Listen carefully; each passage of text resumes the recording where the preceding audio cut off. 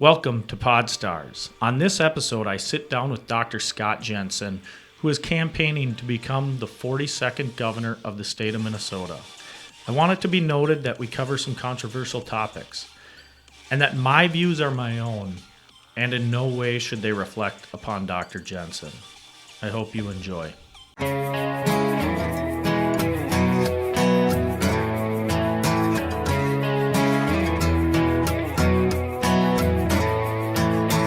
I'm on the road again, half drunk with a lit cigarette. I don't know when I'll be back in this town. At least that's what I tell her. Baby, I'm just saying, maybe I just think too much. I'm leaving in the AM, baby, are you saying? I know that you drank too much. And this is what she said to me. I'm just your ordinary fuck. There's nothing special about me. I still bump like more night when I get drunk. I'm just telling you, I'm not playing you. I just wanna be the real me around you. The real me around you. Today, I'm with Scott Jensen. Scott's a lot of things. Dr. Scott Jensen, he family physician for 30 plus years, father, husband, Minnesota state senator, and business owner. And then now he wants a shot at the title at governor of Minnesota. So that's an interesting endeavor because right now where we sit, I don't want to say the position's not enviable, but you certainly have your work cut out for you. Would you kind of agree with the state of the state right now? People ask me, Aaron, are you sure you want to be governor? And I tell them, I never said I wanted to be governor. I feel compelled to run. I think that having been a physician for 35 years, I know healthcare. And having served a term in the Senate, I understand how broken the system is. I also have had a chance in Carver County to be president of the Chamber of Commerce in Waconia as well as Watertown's Chamber. I've been president of the school board for several years in Waconia, and I was on the board for 10 years. I think that we really are on an unsustainable path, and the words of Esther 4:14 really spoke to my wife and I. Have you considered you're in the position you're in for such a time as this? When COVID hit, my wife and I were right in the middle of her having 4 major surgeries, and she came through them beautifully. So in our household, Mary's like a walking miracle. She's had 4 levels of her neck fused together. She had a new shoulder, a new knee, and she had a tumor removed from her head, which fortunately was not cancer. At that same time, COVID hit, and the rules were being changed. And a lot of Americans and a lot of people around the world didn't realize the rules were being changed. When I raised my hand in April of 2020 and said, you're asking us to change the way we do death certificates because of COVID, and you're making it easier for us to put COVID-19 down as a cause of death, even if it had nothing to do with the death, I said, this is a problem. I expected someone from the Department of Health to call me and say, Dr. Jensen, Senator Jensen, we're going to fix that. Thanks for giving us a heads up. That's not what happened. Nobody called me. But 2 months later, my license was being investigated. And now I'm on my 5th investigation. Do you get to know who? I've heard you don't know who files those petitions. I've heard there's other doctors around the country that have not even necessarily bucked the system, but they questioned a few things, and they basically got an affidavit saying the same thing. Yes, I don't get to know who my accusers are. You can go on the Minnesota Board of Medical Practice webpage. You can go to a specific page. You can put a person's name down and submit a complaint about them by simply typing in a couple, 3 sentences. Right. You don't have to show any basis. You don't have to do any due diligence. And the Board of Medical Practice in Minnesota is obligated to investigate every complaint. And then when you go back to kind of give them your plea, you probably have to show all sorts of evidence and paperwork, and it's probably not a quick ordeal, signed and done. The first time I got investigated, it shook me to the core. I mean, it was just a few years ago. I was named Minnesota Family Physician of the Year for the whole state, and I've been a professor at the med school for 3 decades. So I've never encountered something like this, and it hurts. I think for almost all of us, our reputations and our integrity matter a lot. So that first response took me days and days and days of work. I think I had a 5,000-word, 8-page letter accompanied by 75 pages of attachments. The most recent investigation I responded to, I had over 200 pages of response to try to share with these boards that I didn't do anything wrong. I expressed my opinion. I tried to be honest about what I knew and what I didn't know. Sometimes the science isn't established. I mean, I think we feel pretty confident about gravity, but I don't think we should feel so confident about things like the efficiency filtration ratio of cotton and surgical masks, because I think that science is still yet to be established. You could say the same thing about some of the medications, the vaccinations that have been associated with the recent pandemic. I think the science is still out there standing, and we're going to have to continue to investigate. Right. I totally have to agree. I think once a narrative got built, anyone who had not even was against it, but had questions, it seemed like your First Amendment rights were zero. You got cut out. There was people that got taken off Twitter that really didn't say anything that controversial. They just asked, 6 months down the road, will we be saying the same things? And that was enough at that time to kind of change the world. I know there were times I closed my mouth about things that I just wasn't sure of.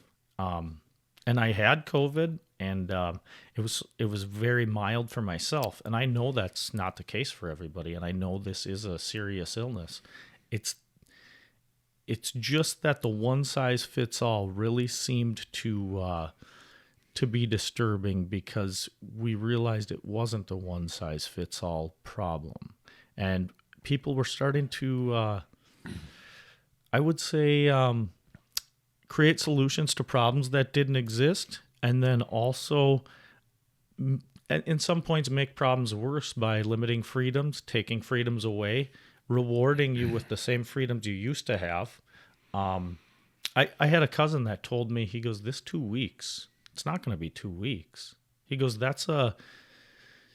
it's good that we're doing 2 weeks, but he goes, then it's going to be 2 more weeks. Then it's going to be 6 months. And after a while, we're not going to know what's going on. And I said to him at the time, this is April 2020, I said, you're nuts. I said, you're crazy. Why would you say stuff like that? Sometimes the people that were thinking it through maybe had it right. Because where we are now, you might say anything. Somebody's looking to create it, to make it controversial. You on Twitter, if you want to get into, you have supporters and you have haters. It's really interesting to read, because you have 100% backers, and then you have people that are, I think, waiting to jump on everything you put on there. Do you want to touch on that, on any instances or anything? Well, I'm not any kind of guru when it comes to social media. Prior to running for the Senate in 2015, I don't even know if I had a Facebook account. I certainly didn't have a Twitter account, and I didn't really know what TikTok was and Instagram. Right. I've become a little smarter. Right. They're sort of essential nowadays with yes, especially in a campaign. Right. So I think I'm learning the difference between the various platforms and what they do. And Twitter is an interesting animal. Twitter is really not designed for any kind of a lengthy discussion, exploration of an issue. It's more nip and bite and bark. And I would guess that the majority of people on Twitter maybe lean left.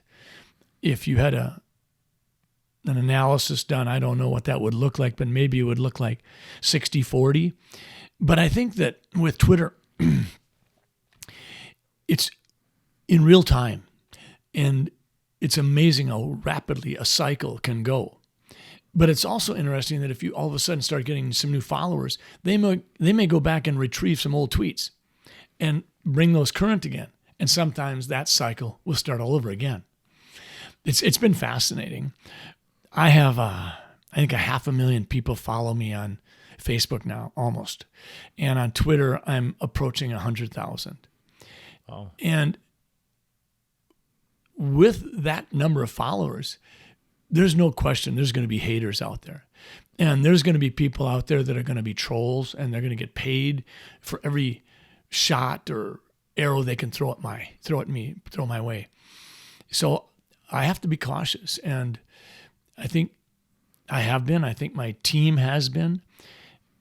But if anything, Aaron, has really struck me over the last 2 years in a really positive way, it's the number of people that have reached out to me, both on Facebook, in person, email, not so much on Twitter, but people have reached out to me and said, Doc, your level, measured approach is really appreciated. You give me hope. You give me hope that we're going to find our way through this. And there will be a new normal, but it will hopefully safeguard many of the things that we think are what make America great. You mentioned a few moments ago, Aaron, something about when our rights are taken away and then given back.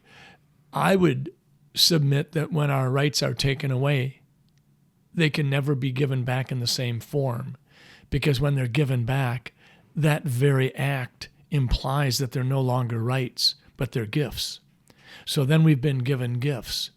We've been given gifts by someone who doesn't have the right to give us that gift, nor did they have the right to take away our right.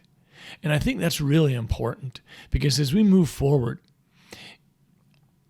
so many Americans seem to be in denial about the fact that this could happen again and for much less serious circumstances.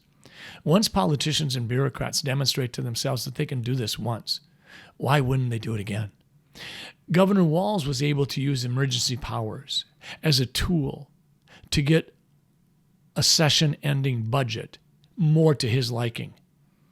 Well, emergency powers are not meant to be used as a negotiating tool to increase a budget, but that's exactly what happened.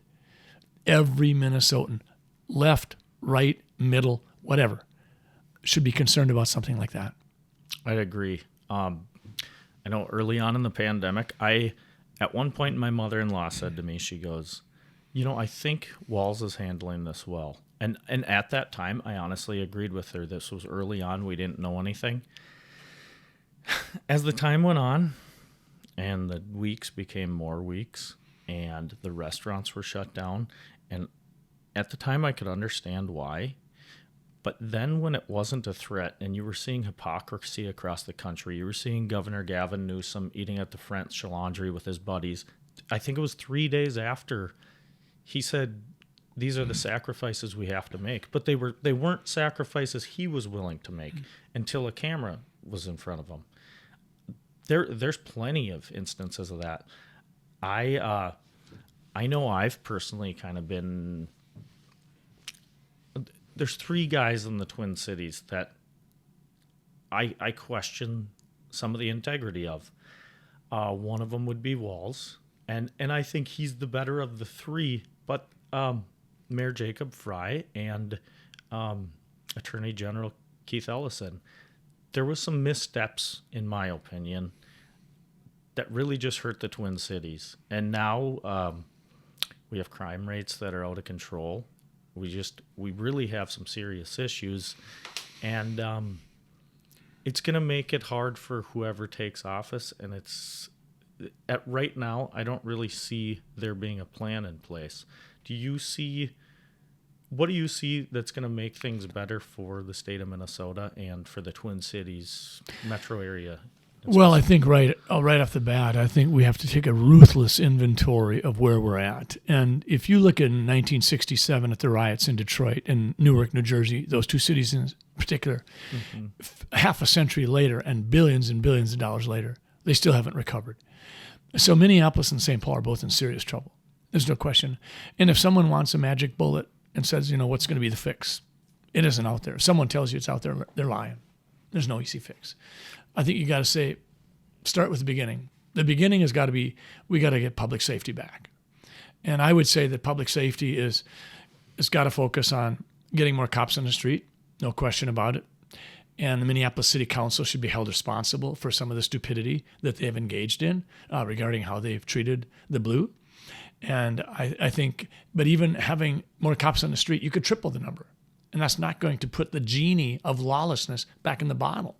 I think we need to respect the work police do and recognize that they don't know what they're going to encounter on any given shift or any given day. I think we also need to use incarceration as a tool to let felons know that they're not going to get away with things. I think it's also critically important to recognize that this is not just a Minneapolis problem. This is a whole Minnesota problem. And I think that this is not the time for sentencing commissions to reduce guidelines and say, well, yeah, if you did this, we're not going to have you spend 14 years in jail. We'll have you spend 14 months. I think all those things are wrong. But I think what's really hard about this conversation, Aaron, is that doing all those things I just mentioned correctly isn't going to fix the problem. I think each one of us, as much as we hate to think it, each one of us is going to have to play a part in restoring public safety. What do I mean by that?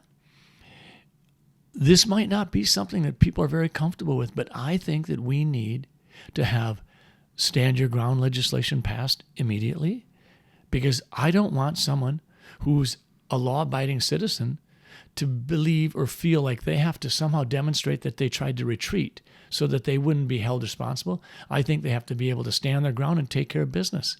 I think we got to go another step further and say, if you're 18 and you're a law-abiding citizen and you're not prohibited, you have constitutional carry privileges. And I think lastly, we need to have castle doctrine in Minnesota statutes so that your home, your business, your car, these are your domains. These are areas where you can do what you need to take care of you and your loved ones. If my daughter is at a stoplight with my two grandchildren in the back seat and someone comes at her vehicle with a hammer to blow out the windshield so they can hijack the car, I don't want her getting out of the car or anything like that. I want her reaching across and grabbing a gun in the console and taking care of business. This is a war. This is not some trifling kind of thing. We're seeing premeditated, systematic, logistically operational crime scenes and crime rings that they don't care if they kill you, hurt you, or maim you. This is just a business for them. This is a war, and we're going to have to deal with it as such. People might say, oh, you're talking about more guns on the street. Whatever laws we put in place, the criminal element is not going to abide by the law. So let's get real. Public safety is a huge issue, and the only way we get it back is by being strong, and we got to be warriors. I would totally agree. And then one thing I also want to point out is to anybody listening that might not know, castle doctrine is Minnesota's one of few states that don't have it, or... my understanding, and I'm not a lawyer, but my understanding is we have no formal castle doctrine written into our Constitution, but what we do have is we have some case law where judges have leaned into some castle concepts and utilized those to adjudicate the situations that they're faced with. But that's not enough for me. I want it in the statutes. Correct. Yeah, because what would happen would be somebody breaks into your house in the middle of the night. In Minnesota, we are a flee-first state. So what he's getting at is everybody has to run and try to flee the house, and you can only protect your own person. The way I understand it is you can only protect you. You have to feel your own bodily injury or harm. I'm not 100% on that. But it's not castle doctrine. Castle doctrine is somebody breaks into your home uninvited and you can shoot without asking questions, without running. And yeah, most times I believe it would be at night anyway. It would be a hard call to make. It would be a hard and an easy call because it's wrong house. You know, you weren't invited here. I don't know what you're here for, and it's terrifying. Nothing's more terrifying than your door kicked in the middle of the night. Yeah, I think that the most important thing we could do this session in that regard, I think, is with a Democratic House and a Democratic governor and a Republican Senate. I would love to see the Republican Senate craft all three of those areas, the Castle Doctrine, the Stand Your Ground, and the Constitutional Carry. Let's get those on the table. Let's get them on the Senate floor.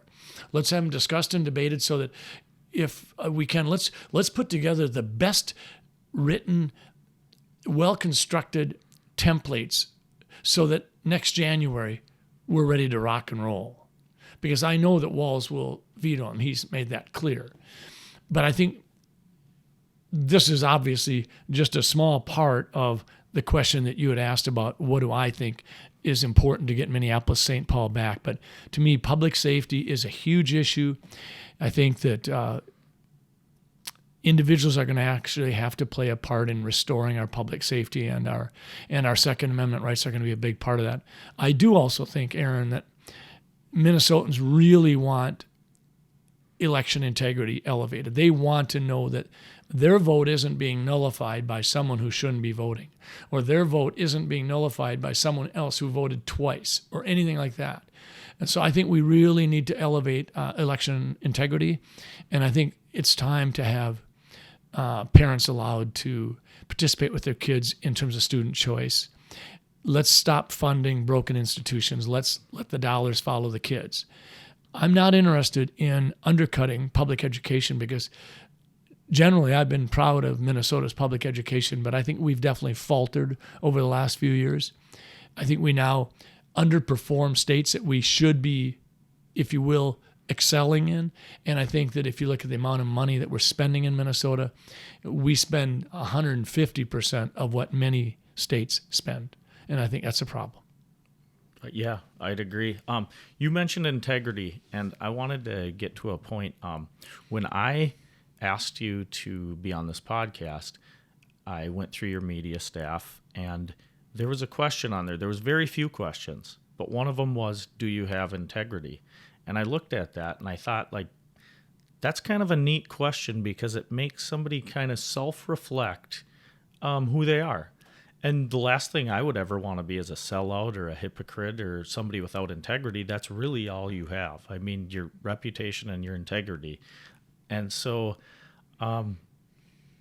yeah, I just wanted to let you know that because I really think all of that matters.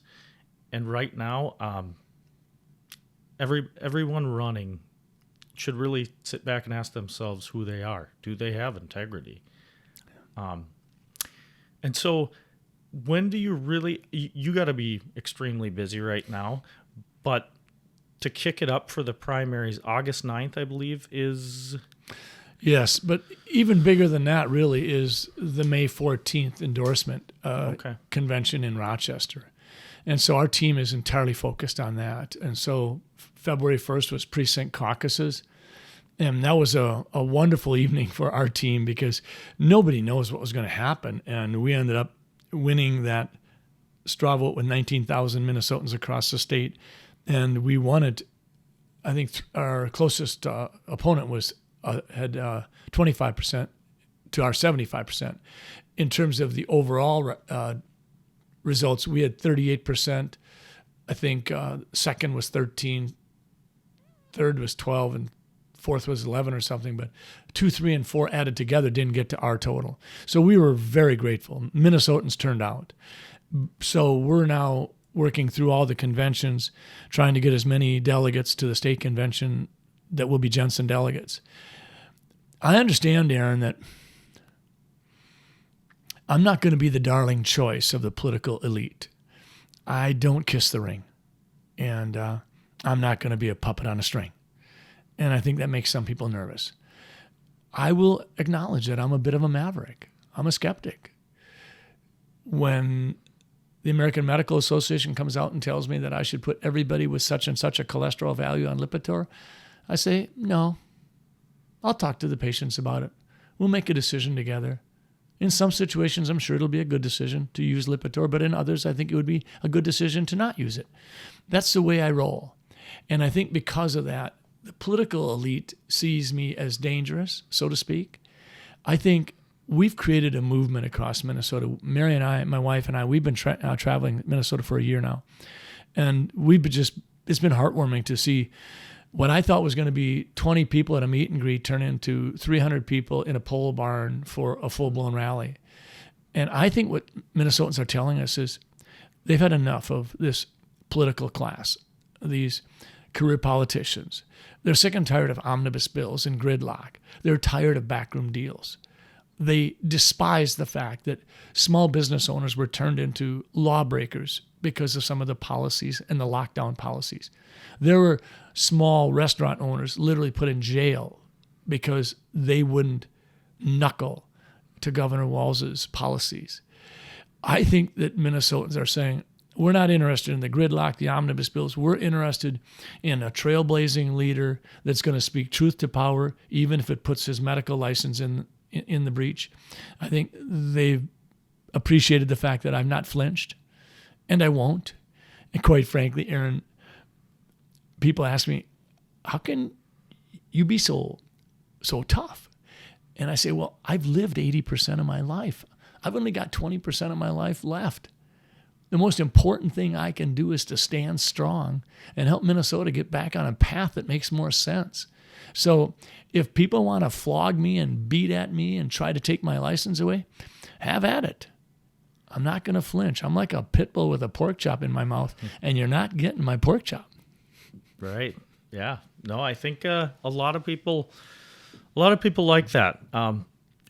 You've been hearing people talk about term limits now more than ever. And I don't even know what I think about them, but I heard a theory on them the other day, and somebody told me, they said it would allow the politician to get into office and then focus on the job at hand and not focus on the re-election and the kind of the straw man constituents that are, sometimes I think who's around the politician telling them they're doing a great job isn't everybody they're representing. Mm-hmm. And we see this all over the place. I typically try to stay as independent as I can because I want my own ideologies and opinions to be my own. And I don't want to go party first. Right now, there's just so much wrong. And if you turn off your phone, you can avoid it for some time. But you can only avoid that for so long. I submitted a term limit bill several years I was in the Senate, and the last one I submitted I thought was a pretty straightforward bill. And it was, you can serve 16 years, and then you have to step away for at least one term. The reason I did that was I wanted the senator or representative to have to give up the power and the advantages that come with being the incumbent. Because when you're an incumbent and you run for re-election, you get so much media coverage that the challenger who's not an incumbent would not get. You get the opportunity to send out mailings that are paid for by your campaign fund, the leftover dollars you have. But you get to do all these things, and there are other things that will go out on your behalf that you didn't have to pay a thing for. You have so much more exposure. It makes it hard to beat a well-established incumbent. That's why I said, okay, 16 years, and then you got to step away. And if when you, after having stepped away for one term, you want to run again, now you're running as the challenger, not the incumbent. And if your district sends you back to St. Paul or to Washington, that must mean that you're pretty darn good at it, and they want you back there, and that's cool. But I couldn't even get a hearing from my Republican colleagues on my term limit bill. And I think that's horrible. I think Minnesota wants the legislature to have a discussion about term limits. I don't know what Minnesota wants in terms of do they want it to pass or not. But I think Minnesotans would like to have a discussion. Yeah, I definitely agree. We can we're getting up there in time. But I'm gonna ask a question that's totally off topic Sure. and doesn't even make sense to this. But what was your first car? It was a Volkswagen Bug, white.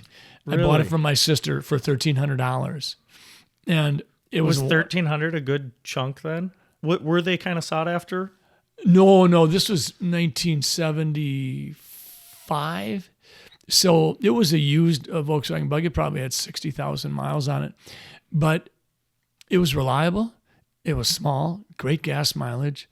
The interesting part about that Volkswagen Bug that I drove for many years was that I asked my girlfriend if she would marry me on February 22nd, 1977. And she said yes. And so I said, well, I didn't buy the ring in advance because I wanted to do that together. So she said, terrific. And we both had the free night. It was a Tuesday night. And so we got in the car, drove from the University of Minnesota out to a Goodman jeweler in Brookdale. And on the way out, my white Volkswagen started on fire. And I looked at my wife and I said, this is a heck of an omen. And we still laugh about that. But that was my first car. Oh, wow. Yeah. Well, I just want to thank you for meeting with me here. It was really fun. It was insightful, and wish you the best of luck. And we'll be May 14th. May 14th is the state 14th, convention. August 9th. And then November the final 8th. show. Yeah. So- And Aaron, thank you for being so engaged, because honestly, people sometimes don't realize who are the millennials and the Gen Zs. Oh, the millennials right now are those that are between 25 and 40. The Gen Zs are 24 to probably about 10. But this is the millennials' time. We need you to help us solve the problems, because my generation hasn't done as well as we could have. We've been guilty of kicking the can down the road. And the only way that you'll have a seat at the table is by being engaged like you are, following the issues, demanding a conversation. So thank you, Aaron. Yeah. Thank you. Yeah. Us as millennials don't really have the best reputation, but I think everything's heading in the right direction. I think so. You have a wonderful reputation in my mind. I think the millennials at times have been criticized because they don't do things necessarily the way the baby boomers did. I don't think that that's an adequate analysis. I think that millennials think much more intuitively. I'm the kind of guy that if I get something at Christmas from a Christmas present on the tree, I'm going to take out the instructions and read through them and decide how to put it together. My millennial children will look at it, put it together, and then say, oh, there was instructions. I don't need those. And so, no, your generation is very, very bright. You have the chance to be more integrating data to make new conclusions. My generation, we were memorizing the 50 capitals of the states. We were memorizing the multiplication tables and all those kinds of things because we didn't have this incredible computer in our hand or in our back pocket, which is what we have today. So for you, it's not necessarily as important to memorize, but more important, how do you utilize data to help you integrate the data and come to conclusions that are where you're going? Yes. Yeah. Yeah, very true. Thank you, Aaron. Thank you. Do you want to tell anybody where they can find you? Thank you. Yeah. Follow you? Yeah, drscottjensen.com is our website, DRSCOTTJENSEN.com.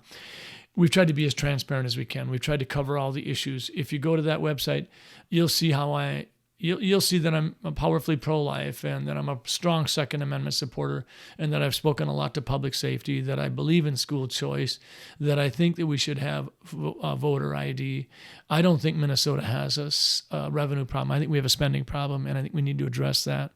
I think science has been sacrificed at the altar of political science, and those are two drastically different things. So go to our website, learn about us, and if you have questions, let us know. All right. Well, thank you. Thank you.